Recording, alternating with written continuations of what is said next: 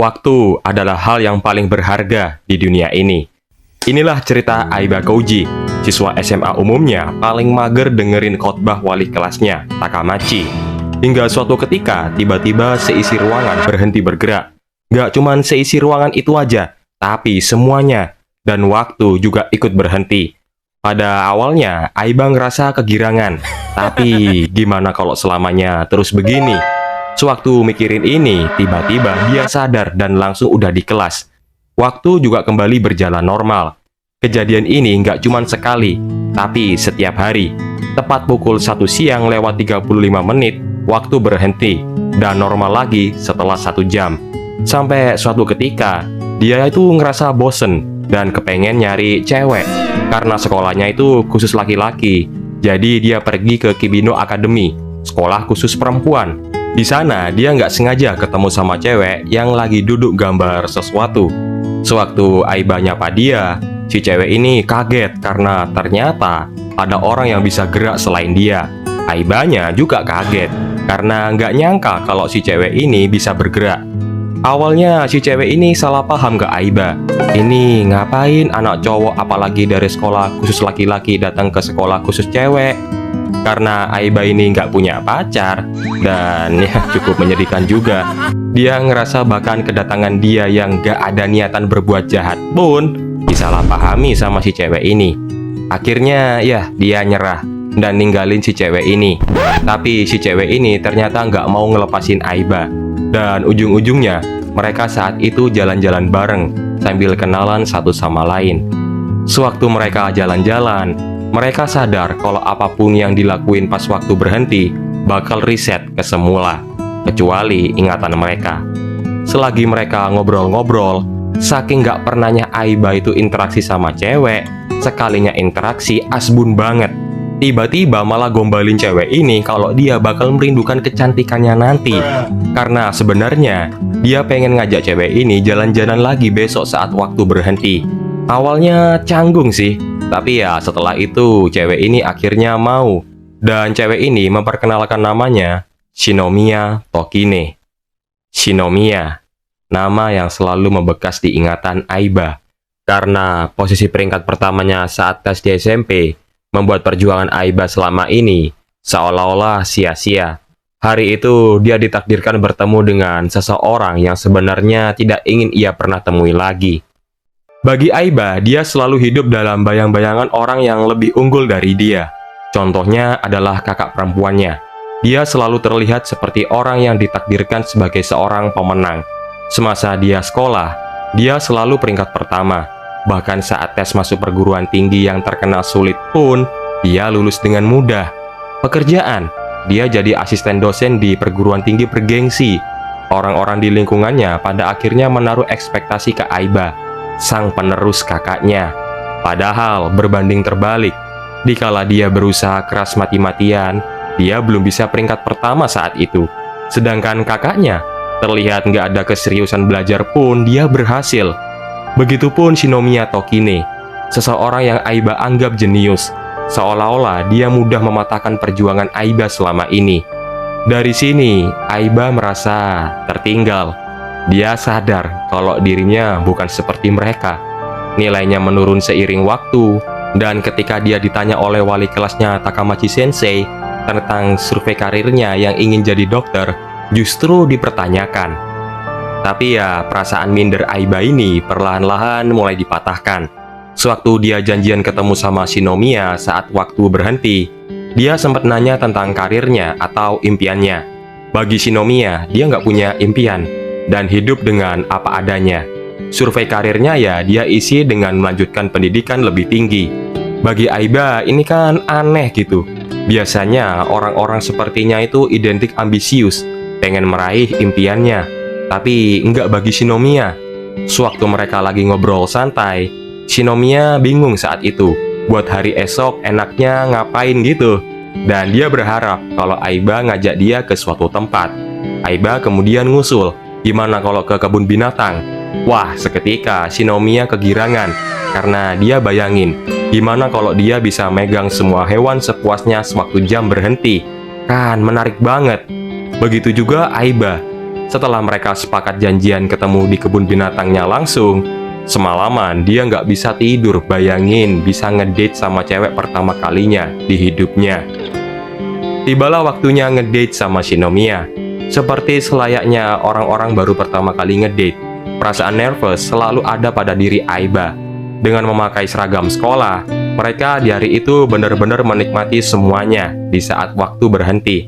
Mau ngerangkul beruang, gas. Mau masuk ke kandang harimau, gas. Semuanya dilakuin.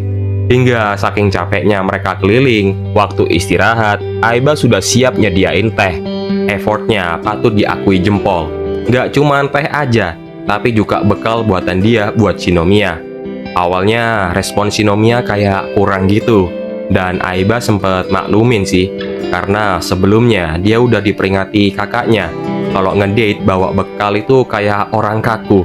Tapi buat Shinomiya, dia ngerasa nggak enak sendiri ke Aiba, dan dia akhirnya mau mencicipi masakan Aiba. Satu-satunya kemampuan yang belum dimiliki kakaknya Aiba, memasak. Dan masa ini bidangnya Aiba.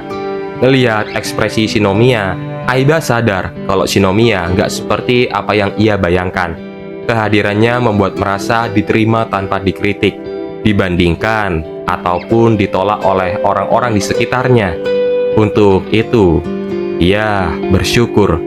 Dan mensyukuri itu, ia pengen ngelakuin apapun buat Shinomiya, asal dia tersenyum untuknya.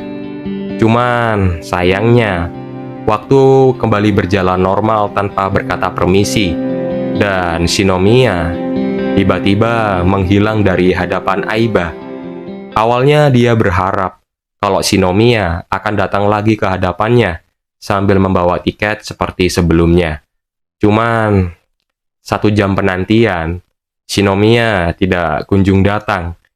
Dengan ekspresi yang terbilang lesu, dia pulang ke rumah sambil terus memikirkan Shinomiya. Tapi untungnya hari itu bukan hari terakhir Aiba bisa ketemu sama Shinomiya. Karena di setiap harinya, di waktu yang sama saat waktu berhenti, mereka selalu ketemu untuk sekedar ngobrol-ngobrol, nyicipi masakan Aiba lagi, dan suatu ketika tempat ketemuan mereka bukan di taman lagi, tapi kali ini di rumahnya Aiba. Sambil membawa kue buat oleh-oleh, Shinomiya selalu excited buat nyoba masakan Aiba. Kali ini, Aiba masak sajian hidangan yang benar-benar kelihatan mewah. Respect buat Aiba yang effortnya selalu totalitas. Sewaktu mereka mencicipi hidangan penutup, berupa kue yang dibawa Shinomiya, dia nyawarin ke Aiba buat memotong kuenya bareng. Momennya udah kayak pengantin baru gitu. Sambil ngerasa deg-degan di sebelah Shinomiya, Aiba ngerasa hari itu adalah hari terbaiknya. Hanya saja, ya tiba-tiba Shinomiya menghilang lagi dari hadapannya karena waktu kembali berjalan normal. Perasaan rendah diri kembali mengingatkan Aiba. Dia sadar kalau dia cuma bisa berteman dengan Shinomiya saat waktu berhenti. Ia merasa dia bukan siapa-siapa, apalagi cuma siswa sekolah biasa kan. Sedangkan Shinomiya adalah siswa bergengsi, jauh di atasnya. Seharusnya dia nggak boleh menempatkan perasaannya ke Shinomiya. Tapi sayangnya itu terlambat. Karena Aiba menyukai Shinomiya sejak pertama kali bertemu. Tapi tiba-tiba bel berbunyi di rumahnya. Sewaktu Aiba nyamperin, ternyata Shinomiya mengunjunginya sambil membawa oleh-oleh kue.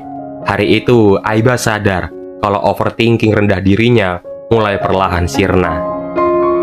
Namun pada suatu hari, hal yang gak pernah Aiba pikirkan datang. Karena saat itu, sewaktu dia ketemu sama kakaknya di sebuah swalayan, saat waktu berhenti, Aiba gak sengaja melihat Shinomiya pergi dari arah yang berlawanan dari sekolahnya. Bagi Aiba ini aneh, karena seharusnya Shinomiya itu pergi dari sekolahnya, bukan tempat lain. Sayangnya, Aiba gak bisa apa-apa karena pintu swalayan saat itu nge-freeze. Dia cuma bisa merenung kalau dia memang nggak tahu apa-apa tentang Shinomiya, mau itu teman-temannya, nomor HP-nya, keluarganya. Seolah-olah Shinomiya menyimpan banyak rahasia dari Aiba sejak kali pertama bertemu. Setelah waktu kembali berjalan normal, dengan lesu Aiba langsung cabut pulang ke rumah. Setelah dia di rumah dan kakaknya baru pulang, di situ ia mendapatkan sebuah fakta yang mengejutkan. Karena kakaknya juga pengajar di Kibino Academy, sekolahnya Shinomiya, Aiba nanya informasi tentang Shinomiya Tokine. Jawaban kakaknya adalah Shinomiya Tokine sebenarnya sudah lama nggak bersekolah. Jawaban ini seketika menampar keras muka Aiba. Dia nggak bisa ngomong apa-apa lagi. Setelah fakta pahit itu, besoknya, Aiba langsung mengunjungi ke suatu tempat di mana Shinomiya Tokine berada. Lokasi tersebut adalah rumah sakit. Dia bertemu dengan Shinomiya. Pertemuan yang tidak pernah disangka oleh Shinomiya. Dari pertemuan ini, Shinomiya akhirnya mengungkapkan semua rahasianya. Sebelum Shinomiya menghilang dari sekolah, dia cuma menghabiskan waktu 2 bulan di sekolah seperti siswa umumnya, dan dia sebenarnya juga belajar mati-matian demi bisa masuk ke sekolah bergengsi, sama seperti Aiba.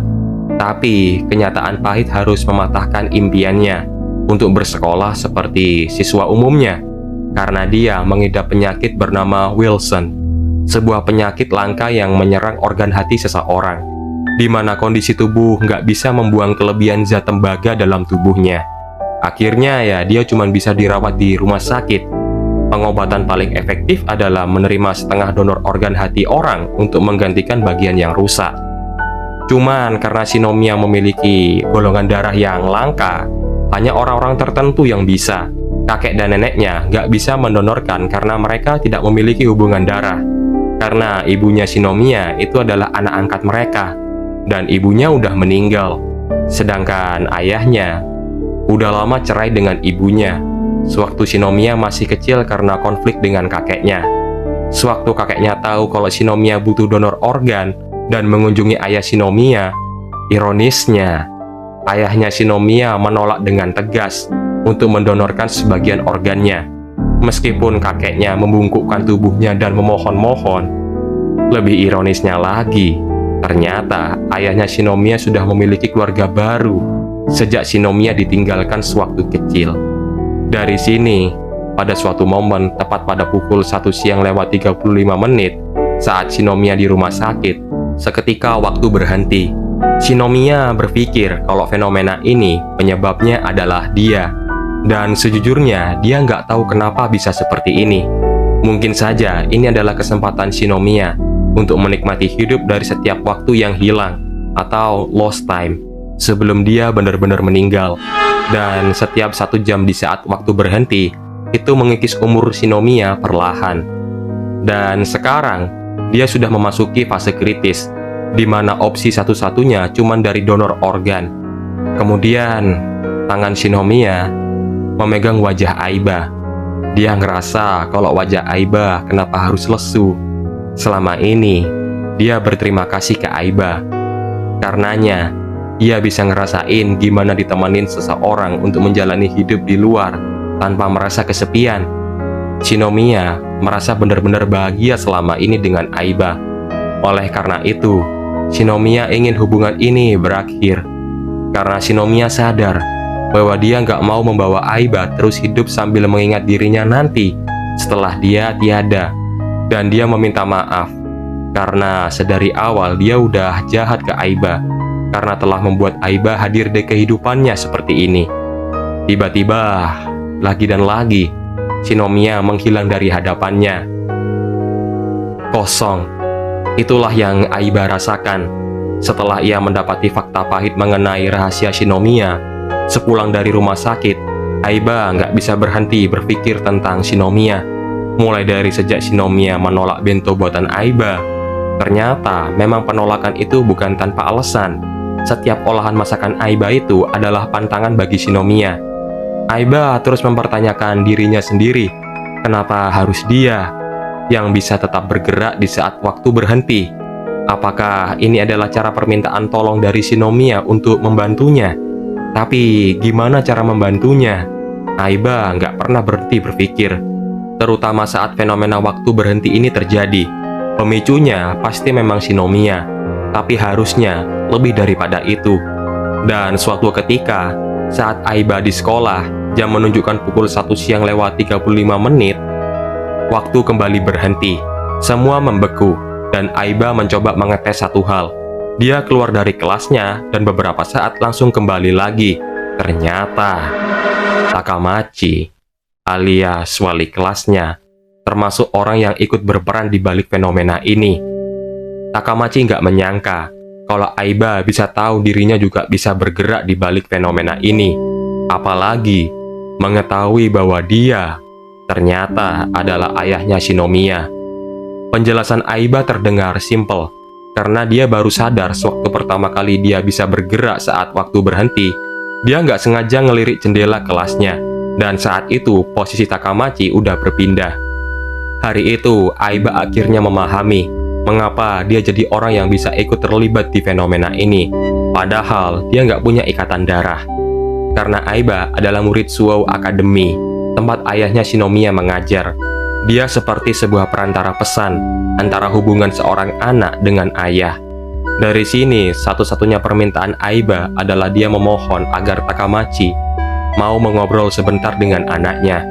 Setidaknya sebagai sebuah pesan kalau ayahnya bukan seseorang yang membuang anaknya. Tapi Takamachi menolak permintaan Aiba karena dia juga punya keluarga. Bahkan dia rela kalaupun jadi iblis demi keluarganya. Karena operasi donor organ itu punya risiko kematian yang tinggi. Penolakan ini membuat mereka berdebat. Di satu sisi, Takamachi punya beban tanggung jawab keluarga di baliknya. Di lain sisi, Aiba menyadarkan Takamachi Sensei agar dia sadar bahwa sebagaimanapun perlakuan seorang ayah, dia nggak akan bisa memutuskan ikatan darah dengan anaknya. Pada akhirnya, ini memicu beban moral bagi Takamachi. Dan dia, walaupun sebenarnya sulit buat menerima, akhirnya mau mengobrol dengan Shinomiya. Hari-hari terus berlalu. Aiba nggak tahu bagaimana hubungan Shinomiya dan ayahnya setelah hari itu. Tapi yang pasti, Takamachi Sensei tidak hadir di sekolah. Rumornya dia menjalani operasi. Dan operasi itu adalah sebuah tanggung jawab moral ayahnya untuk anaknya. Mendonorkan sebagian organ hatinya untuk Shinomiya. Saat itu Aiba di taman. Dia lagi rindu momen-momen di mana Shinomiya bersama dengannya. Dan tiba-tiba saat waktu berhenti kembali, Shinomiya sudah di samping Aiba. Shinomiya berterima kasih ke Aiba karena telah membantunya selama ini. Sebuah kabar baik, ternyata Shinomiya akan bersiap menjalani operasinya. Dia dipindahkan ke rumah sakit baru untuk persiapan operasi. Dan di saat itu, Shinomiya merangkul Aiba. Dia meminta untuk melupakannya. Karena dia sadar kalau operasi ini punya risiko kematian yang tinggi. Tapi bagaimanapun Aiba melihat cinta pertamanya, dia menolak untuk melupakannya dan berdoa semoga akan baik-baik saja. Dan lagi-lagi Shinomiya menghilang kembali, seolah-olah mengucapkan selamat tinggal lagi bagi Aiba. Setelah hari itu, pada suatu harinya ketika Aiba lagi di jalan, Takamachi nggak sengaja ketemu dengannya, mengajak Aiba ke rumah sakit baru di mana Shinomiya telah menjalani operasinya. Di balik dinding-dinding putih rumah sakit, tempat doa paling tulus dipanjatkan, Aiba berlari dengan cepat menuju ruangan Shinomiya. Syukurlah, Aiba bisa melihat Shinomiya kembali dengan senyuman terukir kembali di wajahnya. Tapi sayangnya, di balik kabar baik operasi berhasil dan sukses, Shinomiya mengalami stroke. Karena organ hatinya belum mampu menjalani fungsinya dengan baik.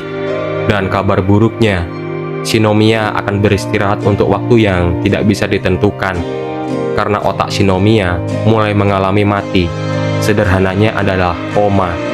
Jadi, permintaan Shinomiya ke Aiba sebelum ia tertidur, dia ingin Aiba di sampingnya menemaninya, dan meminta agar Aiba menerima buku sketsa Shinomiya selama ini. Aiba tidak akan pernah melupakan Shinomiya dan akan selalu ada di sampingnya. Begitu Aiba membuka buku sketsanya, dia begitu terkejut karena semua gambarnya adalah momen-momen di mana Shinomiya menghabiskan waktu bareng Aiba. Dan satu gambar terakhir adalah sketsa Aiba saat dia berangkat menuju ke sekolah. Ternyata awal cerita mereka dimulai sejak lama. Shinomiya telah lama memperhatikan Aiba. Tepat pukul 1 siang lewat 35 menit, Shinomiya telah memejamkan matanya. Ia melihat Aiba membeku dengan penuh harap dan cemas. Fenomena ini tidaklah lagi melibatkan Aiba yang semula waktu berhenti adalah mengikis umurnya, tapi saat ini fenomena tersebut telah berganti menjadi kondisi koma bagi Shinomiya. Shinomiya selalu mencintai Aiba. Setelah beberapa tahun berlalu, di rumah sakit yang sama, hari itu Shinomiya kembali membuka matanya dan melihat Aiba di depannya. Setelah sekian lama ia menanti, ia telah menjadi seorang dokter, bukan hanya sebagai bagian dari impiannya, tapi satu wujud tekadnya untuk terus menanti kepulangan Shinomiya kembali. Melihat uban yang banyak menghiasi kepala Aiba, membuat Shinomiya sadar bahwa rambut putih itu adalah wujud cintanya, sebuah bukti betapa kerasnya ia bertarung melawan depresi dan keputusasaan demi menjaga lilin harapannya tetap menyala. Terima kasih Aiba telah menjadi seseorang yang mengajarkan bagaimana ketulusan cinta itu dipahami. Takkan hilang cintaku padamu, takkan hilang walau kau memilih pergi, takkan hilang sampai di ujung waktuku, karena aku masih mencintaimu. Sebuah sepenggal lirik takkan hilang karya Budi Doremi yang bisa menghiasi kisah perjuangan mereka. Terima kasih yang sudah menonton video ini hingga akhir. Terima kasih kepada Nishina Yuki sebagai komikus yang telah memberikan sepotong moral untuk menghargai waktu di setiap kesempatan dan hargai orang yang rela menghabiskan waktunya demi berada di sampingmu. Judul manga ini adalah Hatsukoi Lost Time.